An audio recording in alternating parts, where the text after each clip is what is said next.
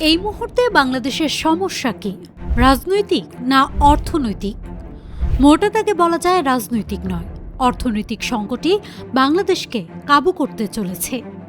এই সংকট দেশকে ঠেলে দিচ্ছে এক অস্তিত্ব ঝুঁকিতে। ইরান যুদ্ধ অর্থনীতির ভিতকে নাড়িয়ে দিয়েছে, শুধু বাংলাদেশ নয়, বলা চলে তামাম দুনিয়াকে। দেশে দেশে সরকারগুলো সংকট মোকাবেলায় রীতিমতো হিমশিম খাচ্ছে। নতুন নতুন চ্যালেঞ্জ সামনে আসছে, বাংলাদেশও এর বাইরে নয়। দেশের পরিস্থিতি দ্রুত অবনতির দিকে যাচ্ছে, কিন্তু সঠিক সময়ে সঠিক সিদ্ধান্ত নেওয়ার ক্ষেত্রে দক্ষতার কোনো ছাপ দেখা যাচ্ছে না। ব্যাংকিং সেক্টরকে নিয়েই এই সংকট প্রকট হচ্ছে। ফ্যাসিবাদী শাসন ব্যাংক ব্যবস্থাকে একদম ভেঙে দেয়। টাকা লুটের নেশা পেয়ে বসেছিল সরকারকে। এক এসালমের হাতে ব্যাংকিং ব্যবস্থাপনা অনেকটা ছেড়ে দিয়েছিল। একটি সংঘবদ্ধ চক্র এই টাকা লুট করেছে। শুধুমাত্র ইসলামী ব্যাংক থেকেই ৮০,০০০ কোটি টাকা এসালম একাই নিয়েছেন। প্রধানমন্ত্রী কার্যালয়, ব্যাংক সেক্টরের কর্মকর্তা এবং গোয়েন্দা সংস্থাগুলোর কড়া নজরদারির মধ্যেই এই টাকা পাচার করা হয়।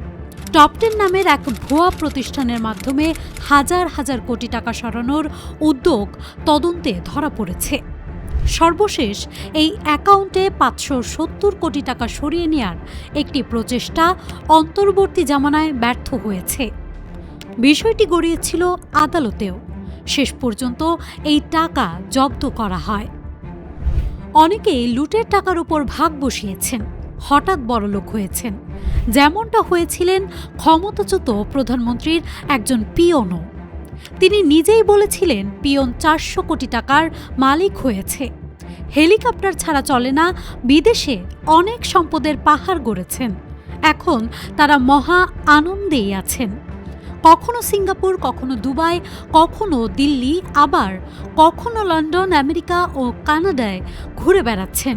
নতুন নতুন ব্যবসা খুলছেন, বাড়িঘর কিনছেন, কিন্তু এই টাকা ফেরত আনার দৃশ্যমান কোনো উদ্যোগ নেই। বরং নতুন করে পথ খোঁজা হচ্ছে, যাতে করে ওই ব্যক্তির ছায়া আবার ফিরে আসে। অন্তর্বর্তী প্রশাসন হাঁকডাক করে ১৮ মাস কাটিয়েছে। তদন্ত কমিটি হয়েছে, ফলাফল শূন্য। বলাবলি আছে এই সুযোগে অন্তর্বর্তী প্রশাসনের বেশ কিছু মানুষ মোটাতাজা হয়েছেন। বিদেশের সম্পদ গড়ার তালিকায় তাদের নাম উঠেছে। যাই হোক, এর মধ্যেও ব্যাংক সেক্টরকে সঠিক পথে ফেরানোর জন্য লুট হয়ে যাওয়া ৫টি ব্যাংক একীভূত করা হয়েছিল। এখন নতুন সরকার সে সিদ্ধান্ত উল্টে দেওয়ার কথা ভাবছে। সংবাদ মাধ্যমের বরাতে এই খবর এসেছে। যদিও গভর্নর মোস্তাকুর রহমান বলেছেন এ ব্যাপারে এখনো চূড়ান্ত সিদ্ধান্ত হয়নি। ব্যাংকিং খাত এমনিতে স্পর্শকাতর, ইশারা ইঙ্গিতে মুহূর্তেই অস্থির হয়ে পড়ে। ৫ ব্যাংক আলাদা হওয়ার খবরে ব্যাংকিং সেক্টরে প্রভাব পড়েছে।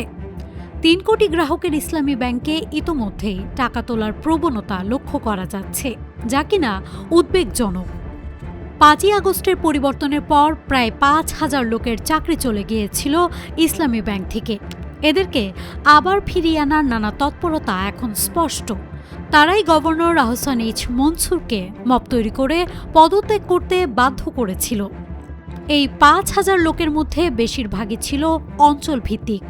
সম্প্রতি IMF-এর বৈঠকে নানাভাবে প্রসঙ্গটি এসেছে। ব্যাংকিং খাত নিয়ে বাংলাদেশের বিদেশি বন্ধুদের মধ্যেও উদ্বেগ তৈরি হয়েছে।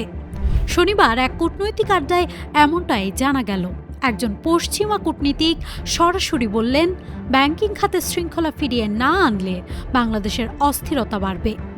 নতুন সরকারের সামনে বড় ধরনের চ্যালেঞ্জ তৈরি হবে। এটা মোকাবেলা করা সত্যি কঠিন হবে, যা কল্পনারও বাইরে।